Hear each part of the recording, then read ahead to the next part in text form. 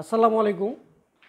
সরকারি কর্মচারী আচরণ বিধিমালা 1979 এই আচরণ বিধিমালায় ফটকাবাজি এবং বিনিয়োগ সম্পর্কে সরকারি কর্মকর্তা কর্মচারীদেরকে কিছু নিয়ম বলা হয়েছে, যেগুলো আসলে না মানলে এই বিধিমালার এই আচরণ বিধিমালা অনুযায়ী তার শাস্তিযোগ্য অপরাধ এবং এই শাস্তিযোগ্য অপরাধের কারণে বিভাগীয় মামলা হতে পারে, আরও অন্যান্য চাকরি বিভাগীয় মামলার কারণে দণ্ড হতে পারে।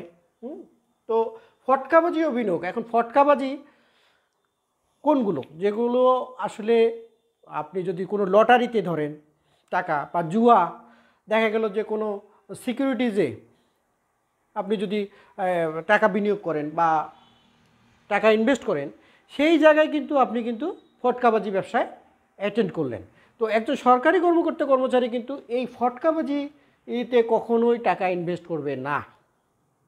যদি করে তাহলে কিন্তু সে সরকারি বিধি লঙ্ঘন করলো এবং বিধি লঙ্ঘন করার কারণে সে শাস্তিযোগ্য অপরাধ করলো। এছাড়া বিনিয়োগের ক্ষেত্রে বলা আছে যে বিনিয়োগ এমন জায়গায় বিনিয়োগ করতে হবে, যদি আপনি বিনিয়োগ করতে চান ভালো কাজে বিনিয়োগ করেন, ল্যান্ড আছে বা অন্য যে বিনিয়োগগুলো আছে সেগুলোতে। এখন আপনি এমন জায়গায় বিনিয়োগ করলেন যেগুলো সরকারি চাকরির রীতিনীতির বাইরে চলে যায়, যেগুলো আসলে সরকারি চাকরিজীবীর ক্ষেত্রে করলে অপরাধ।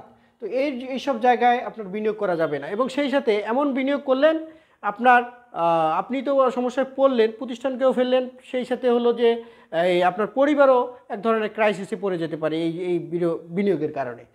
তো এই সরকারি কর্মচারীদের ফটকা বিজনেস বলতে এই যেগুলো আছে হচ্ছে যে সিকিউরিটিজ, যেগুলোর দাম ওঠানামা করে, সিকিউরিটি এক্সচেঞ্জে সিকিউরিটিজ, দেন হচ্ছে যে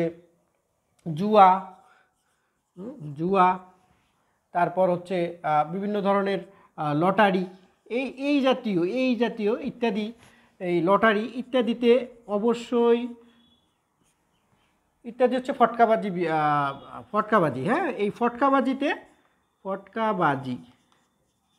ফটকাবাজিতে বিনিয়োগ করা যাবে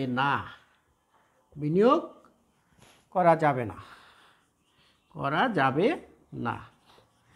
আরেকটা জিনিস যেটা হচ্ছে বিনিয়োগ এমন জায়গায় করতে হবে যেটা সরকারি যে রীতিনীতির সাথে যায়। আপনি বিনিয়োগ যদি কোনো খারাপ জায়গায় করেন, মদের দোকানে করেন, বা ধরেন যে আপনি কোনো ক্রিমিনাল কোনো অ্যাক্টিভিটিতে আপনি বিনিয়োগ করলেন, অর্থাৎ কোনো অস্ত্র ব্যবসায় আপনি টাকা, বা আপনি মাদক ব্যবসায় টাকা খাটালেন, বিনিয়োগ করলেন, হ্যাঁ, এই অস্ত্র ব্যবসা, মাদক ব্যবসা এগুলোতে কিন্তু করা যাবে না। অস্ত্র ব্যবসা, মাদক সহ সকল অনৈতিক বিষয়গুলো, যেগুলো মানুষের চোখে অনৈতিক, সমাজের চোখে অনৈতিক, রাষ্ট্রের চোখে অনৈতিক ব্যবসায় বিনিয়োগ করা থেকে বিরত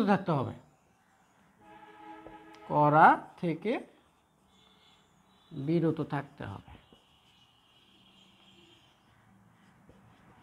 তাহলে আমরা দেখলাম যে সরকারি কর্মচারী আচরণ বিধিমালা 1979-এর এই 15 নম্বর অনুচ্ছেদে এটা বলা আছে।